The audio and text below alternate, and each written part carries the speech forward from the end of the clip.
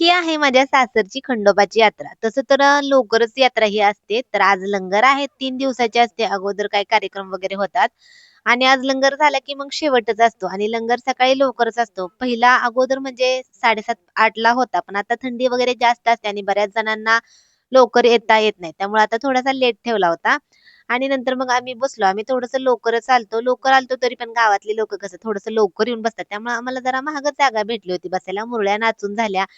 नंतर मग बरेच जण भंडारा वगैरे उधळत होते आणि जवळपास आम्ही तास, सव्वा तास तर बसलो होतो आणि तास, सव्वा तासानंतर मग इथं आहे तर लंगर तुटायला लागला होता आणि मला मात्र व्यवस्थित बघायला मिळाला आणि मी छान व्हिडिओ काढल्यामुळे तुम्हाला पण बघायला मिळाला. नंतर काय यात्रा लंगर तुटला की सगळे जिकडच्या तिकडे होतात, नातेवाईक खूप जास्त येतात. त्यामुळे सगळ्यांच्या गाठी-भेटी होतात. नंतर आम्ही पण थोडंसं फोटोशूट केलं आणि त्या मंदिराजवळ लंगर असतो. दर्शन वगैरे घेऊन झालं की नंतर गावामध्ये थोडीशी यात्रा भरते. यात्रा फिरून झाली का मग झालंच मग जत्रेचा शेवटच झाला.